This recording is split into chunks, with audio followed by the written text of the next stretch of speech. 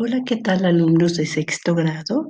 Hoy, martes 23 de marzo de 2021, voy a presentarles las actividades que desarrollarán dentro de la sesión número 2 de esta nuestra semana 28 del ciclo escolar.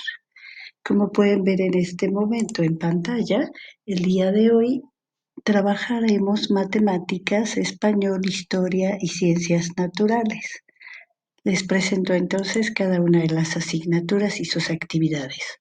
Iniciamos con matemáticas. En matemáticas el tema es ¿cuántos de estos? En este tema tú comprenderás el volumen de dos o más cuerpos, ya sea directamente o mediante una unidad intermediaria. Bien, y las actividades son las siguientes. Como número 1, te pido que recuerdes si alguna vez has visto, perdón la imagen, si alguna vez has visto las muñecas rusas, ¿sí? Que tienen un nombre muy peculiar, se llaman matrioshkas, que se guardan una adentro de la otra. ¿Cómo crees que se pueda calcular el volumen de la muñeca? Bien, cuando hayas pensado en lo anterior, te voy a pedir que analices la consigna 1 de la página 98 de tu libro de desafíos matemáticos, cuya miniatura puedes ver en este momento. Te comento que el libro te pide que el trabajo lo realices en equipo.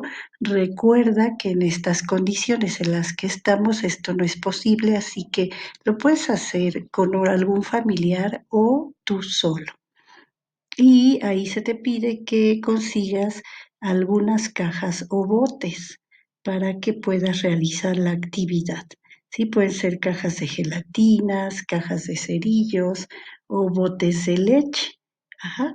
Y tienes algunas cuestiones que responder para comprobar lo que cabe en cada una de estas cajas. ¿Sí? Dice la consigna, determinen cuántas cajas o botes se necesitan para ocupar el mismo espacio que la caja modelo. Y tienes que contestar una cuestión que se plantea abajo de la tabla y que está aquí en este momento. Bien, cuando hayas realizado esta actividad como número 3, te comento que el desafío señala que lo hagas en equipos, pero tú lo harás de manera individual apoyado por tu familia. Vas a ocupar un material que tengas en casa y que se adapte a la actividad para que no gastes. Enseguida te voy a mostrar una lista de materiales que se requieren. Perdón, la lista la tienes tú en tu material para imprimir y en tu propio cuadernillo. Bien, como actividad 4 te pido que resuelvas la consigna 2 de la página 99 de tu libro de desafíos matemáticos. Puedes ver en este momento también la miniatura de tu libro. Esta actividad también se te pide que la resuelvas en equipos, pero recuerda que tú vas a trabajarla de manera individual. Y el planteamiento dice que con 24 cajas de pañuelos desechables se puede formar una caja grande, tal como se muestra en el dibujo. Dibuja otra caja, por supuesto, que requiera la misma cantidad de cajas, pero organizadas de forma diferente. Tendrá el mismo volumen que la anterior. Aquí lo que tienes que hacer es dibujar y responder esta pregunta. Y cuando lo hayas hecho, comenta con un compañero tus respuestas. Asimismo, te pido que el día de hoy mires el programa ¿Cómo determino el volumen de un cuerpo? Y aquí tienes la información para que puedas ver esta transmisión. Cuando hayas hecho lo anterior, habrás terminado tu actividad de matemáticas y podremos presentar ahora lo que vas a hacer hoy en español. El tema de hoy son cartas formales y de opinión. En este tema tú identificarás algunas de las principales características y funciones de las cartas formales y de opinión. Y estas son las actividades. Recuerda lo que escribiste en tu carta de opinión referente a la educación inca en historia y reflexiona cómo la elaboraste.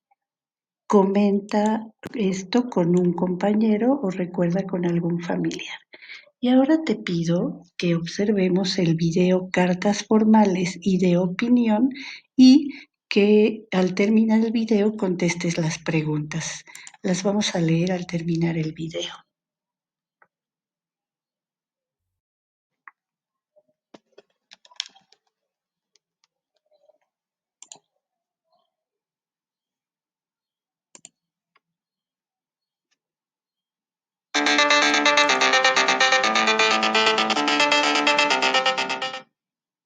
Hola, ¿qué tal chicos? Espero se encuentren bastante bien. El día de hoy vamos a trabajar con la materia de español y el tema es cartas formales y de opinión. Vamos a ver cómo hacer este tipo de cartas y para qué nos sirven. El principal motivo de las cartas formales es para hacer una petición o dar algún informe o constancia de algún acontecimiento.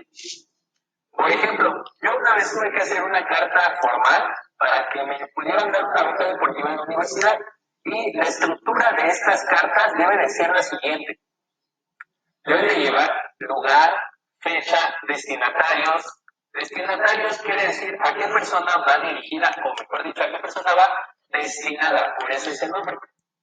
También debe de llevar un saludo, el asunto de la carta, que es lo más importante, una despedida, nombre y firma de quien le envía la carta. Tal vez a ustedes se les hace como que ya muy retro, muy vintage, ese tipo de cosas, pero al final de cuentas en algún momento de su vida lo van a tener que utilizar. Y posiblemente hoy en día no sea tanto de enviar cartas, pero sí correos electrónicos formales, y esta es la estructura que deben de tener esos correos electrónicos. Ahora les voy a explicar qué son las cartas de opinión. Son aquellas cartas donde las personas expresan lo que opinan con respecto a un tema en específico. Este tipo de cartas suelen escribirse para periódicos y revistas. Posiblemente la hayan visto en alguna llamada, notas para el editor o algo como lo que la gente opina. Su estructura o la forma en cómo debe de ir elaborada es la misma que las anteriores, para que no pierdan el dato. En este tipo de cartas es importante usar un lenguaje claro y formal. En este tipo de cartas no vamos a ocupar palabras coloquiales. No vamos a ocupar palabras como chale, chido, fuiste. El última es una palabra muy correcta que digamos, pero hay gente que lo ocupa. Ahora les voy a poner un ejemplo de cómo sí escribir una carta formal y cómo no escribir una carta formal.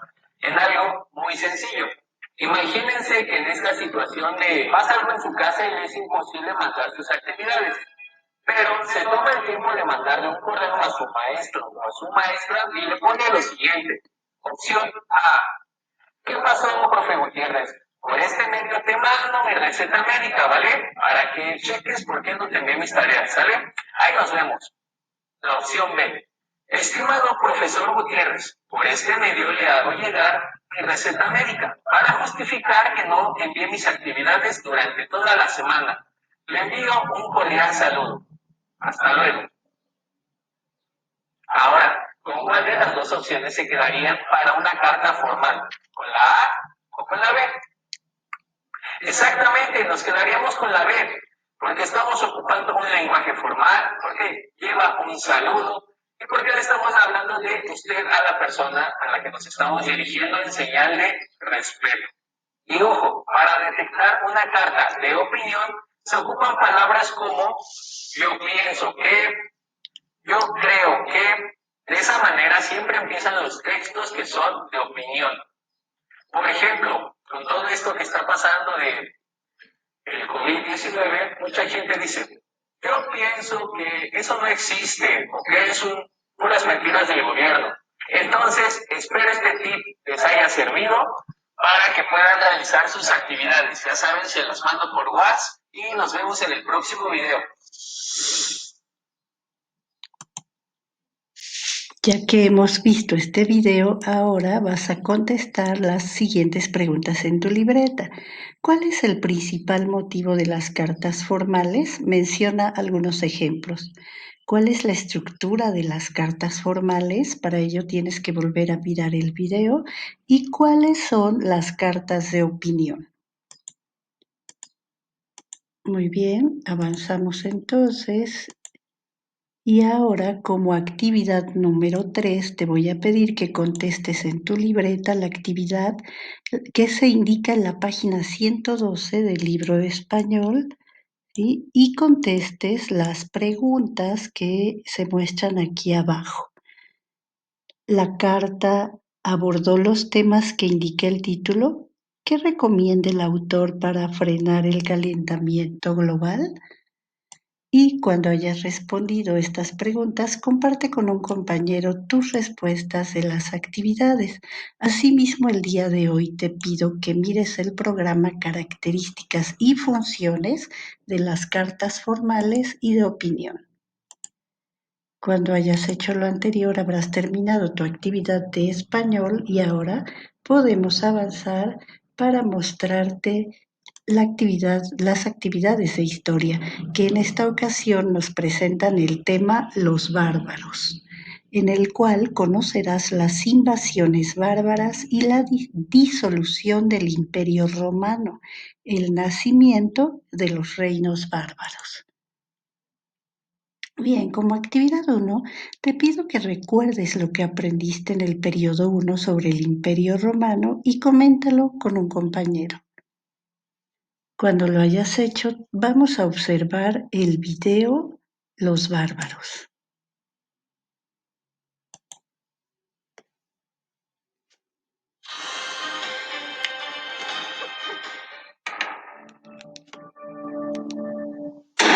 Esos chicos.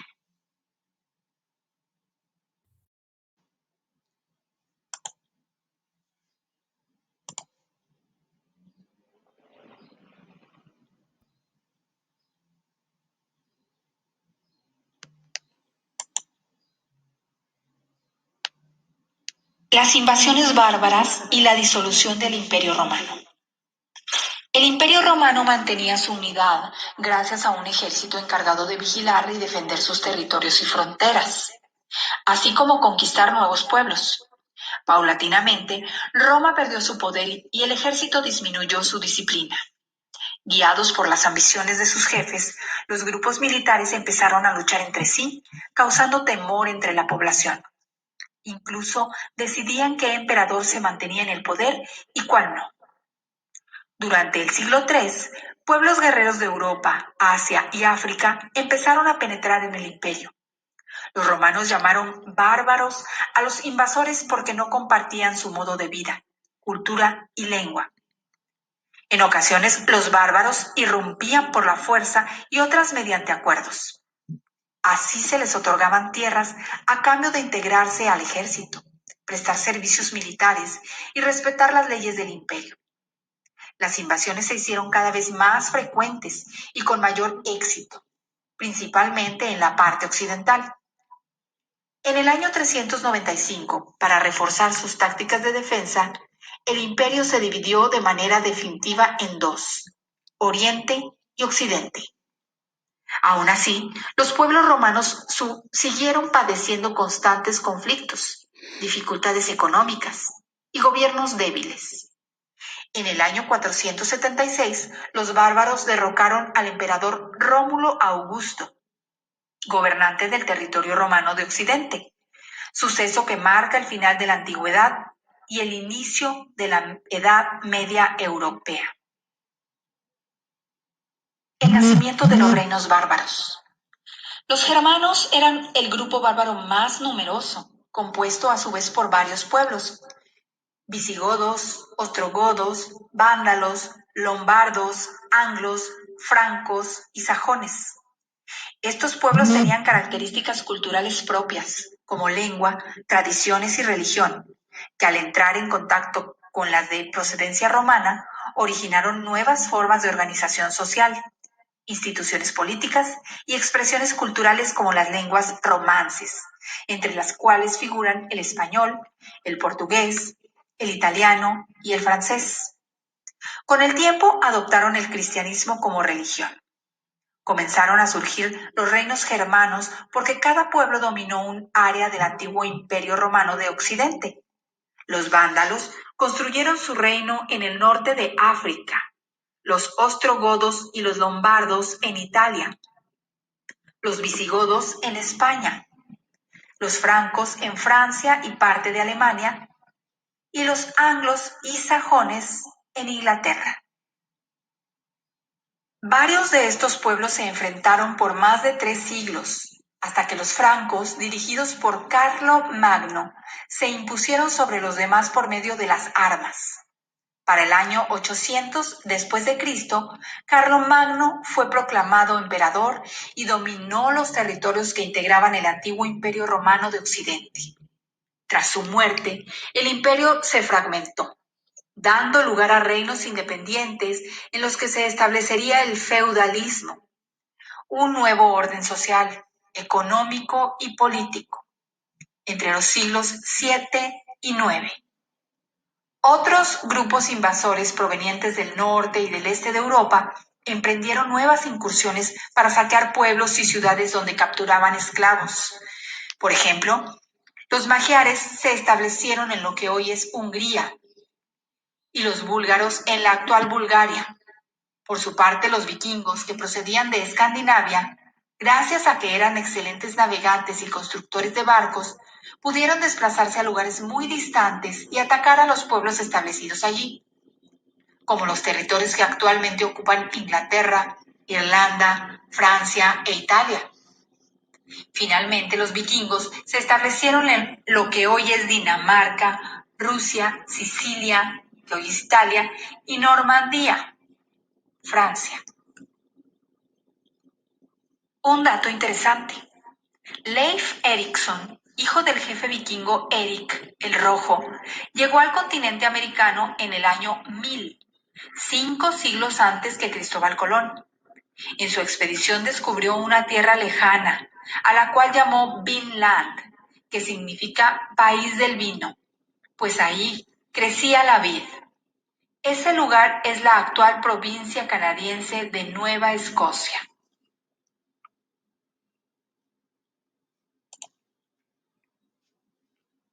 De acuerdo, ya que hemos visto este video, ahora como actividad 3 te voy a pedir que consultes en tu libro de historia las páginas 86 y 87 y realiza la actividad del anexo 1 que te presento en la siguiente diapositiva y comparte con un compañero las respuestas del anexo 1.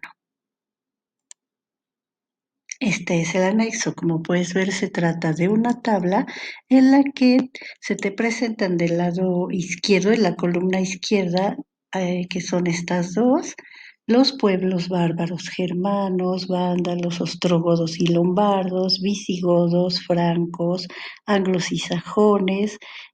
A ver, permítame, magiares, búlgaros y vikingos. Y del lado derecho, el lugar donde se estableció el imperio. Para eso seguramente será necesario que vuelvas a ver el video. Y el día de hoy te voy a pedir que mires el programa Historieta, el fin de un imperio y el nacimiento de los reinos bárbaros, cuya información para su transmisión puedes ver en este momento en la pantalla. Cuando lo hayas hecho habrás terminado tu actividad de historia y podemos presentarte la última actividad de esta sesión, que es de ciencias naturales. El tema de hoy es transformaciones temporales y permanentes de los materiales. Recuerda que ya vimos algunas características y propiedades de los materiales como la dureza, la flexibilidad, la permeabilidad, etcétera. Y ahora vamos a ver las transformaciones temporales que pueden sufrir los diferentes materiales. En este tema tú conocerás o caracterizarás e identificarás los cambios temporales y permanentes en algunos materiales y fenómenos naturales del entorno. Bien, y estas son las actividades. Primero, comenta con un compañero si el agua permanece siempre líquida.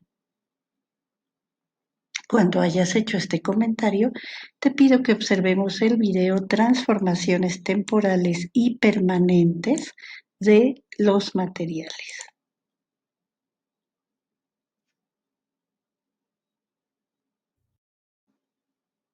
Nuevo Elviv cápsula con cicatriz rápida. 1 minuto repara como 1 hora de mascarilla de salón.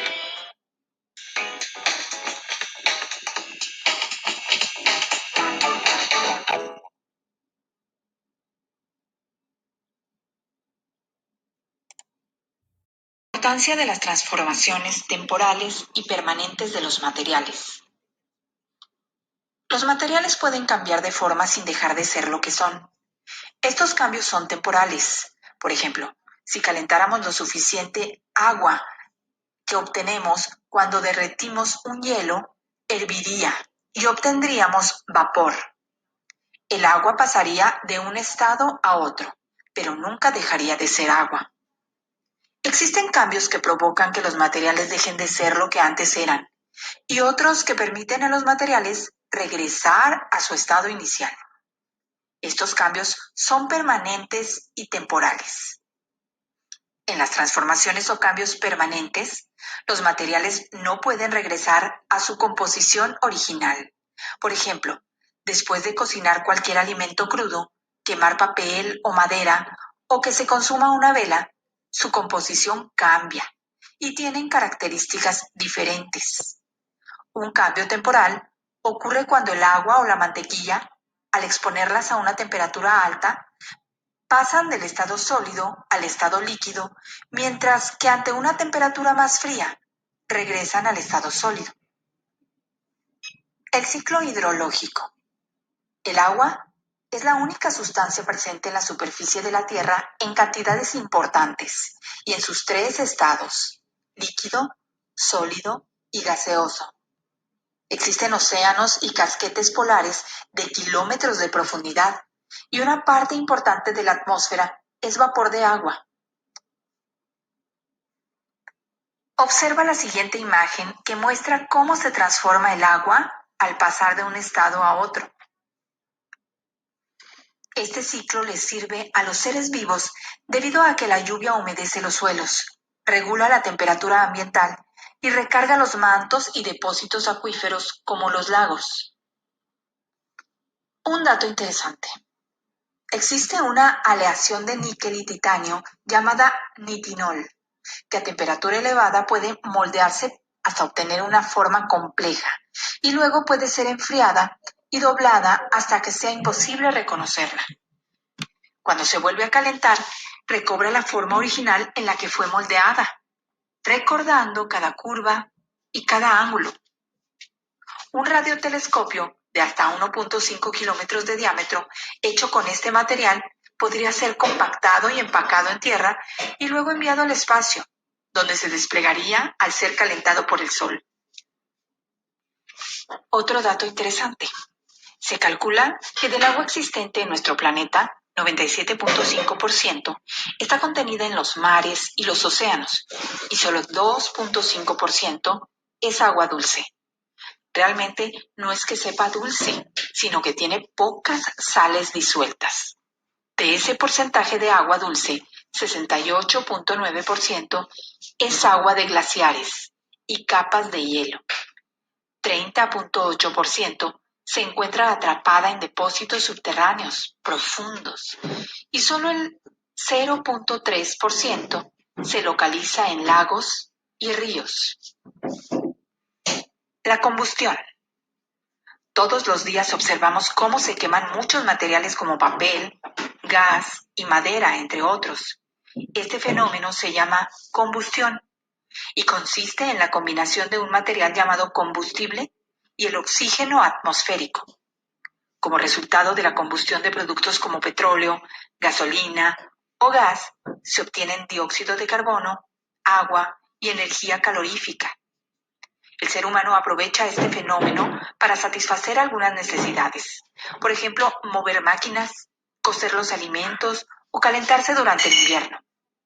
Al quemar este tipo de combustibles se obtiene energía, pero también se liberan gases como el dióxido de carbono, que en exceso contamina el ambiente. De modo general, la combustión de hidrocarburos se puede representar de la siguiente manera. En ocasiones, la cantidad de oxígeno no es suficiente y se produce una combustión incompleta. En este caso se generan, además de dióxido de carbono y agua, monóxido de carbono y carbono sólido en forma de hollín, que hace que se pinten de negro los cuerpos cercanos al lugar donde se produce la combustión. Un dato interesante. Si un material se quema y todos los productos de su combustión, como humo, cenizas, hollín, gas, se capturan y se pesan, todos juntos pesarán un poco más que el material original, porque se habrán combinado con oxígeno del aire. Un automóvil cuyo combustible es el hidrógeno funciona como uno eléctrico, pero lo alimenta una pila de hidrógeno, material que se combina con el oxígeno del aire en una celda para generar electricidad. Existen dos tipos de motores que emplean hidrógeno. Los motores de combustión, que lo utilizan como si fuera gasolina, es decir, lo queman en un motor de explosión.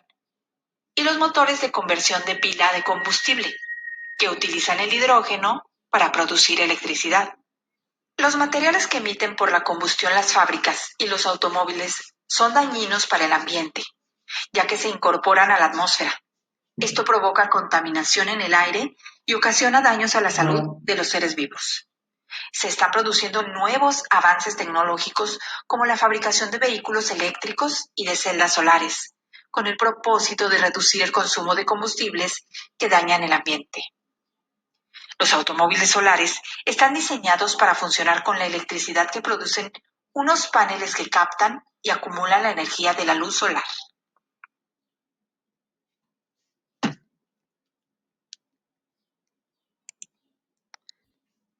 Muy bien, ya que hemos visto este video, avanzamos a la siguiente actividad. Ahora se trata de la actividad 3, en la que te pido que realices con ayuda de algún familiar adulto el experimento Vuelvo a ser el mismo de la página 84 de tu libro de Ciencias Naturales. Aquí se pide pues que sí sea en compañía de un adulto para evitar cualquier situación de un mal manejo de materiales. Aquí vas a utilizar una cucharada de mantequilla, un cubo de hielo pequeño, una porción de arcilla, agua, un pedazo de papel, un encendedor o cerillos. Por esta es la principal razón por la que este experimento debe ser en compañía de un adulto. Si no tienes en este momento un adulto que te acompañe, no lo realices hasta que haya una persona que supervise la realización del evento. 2 clavos, también de manejo delicado, una pila eléctrica de 9 voltios, tierra húmeda, 2 trozos de alambre de 10 centímetros cada uno y un vaso. Y aquí te plantea 2 fases en las que tendrás la guía y la orientación de un adulto. Y cuando lo hayas realizado, comenta los resultados del experimento. En esta ocasión te invito a que veas el programa Cambios Temporales de los Materiales que se transmite el día de hoy. Muy bien, y de esta forma habrás terminado tu actividad de ciencias naturales y también habrás terminado tu sesión del día de hoy, por lo que únicamente me resta presentarte las preguntas, los productos de esta sesión. En este caso se trata de matemáticas, las páginas 98 y 99, en español, las preguntas de la página 112 y en historia el anexo 1 y en ciencias naturales el experimento página 94. ¿Qué vas a enviar aquí? Una foto de ti realizando ese experimento. ¿De acuerdo? Muy bien. Pues esto ha sido todo. En esto consiste toda la sesión número 2 de nuestra semana 28. Así que te voy a pedir que realices tus actividades pues de manera organizada para que puedas enviarlas en tiempo y forma, pues a más tardar el día viernes. Bueno, pues yo te saludaré de manera virtual el día de mañana con nuestra sesión número 3.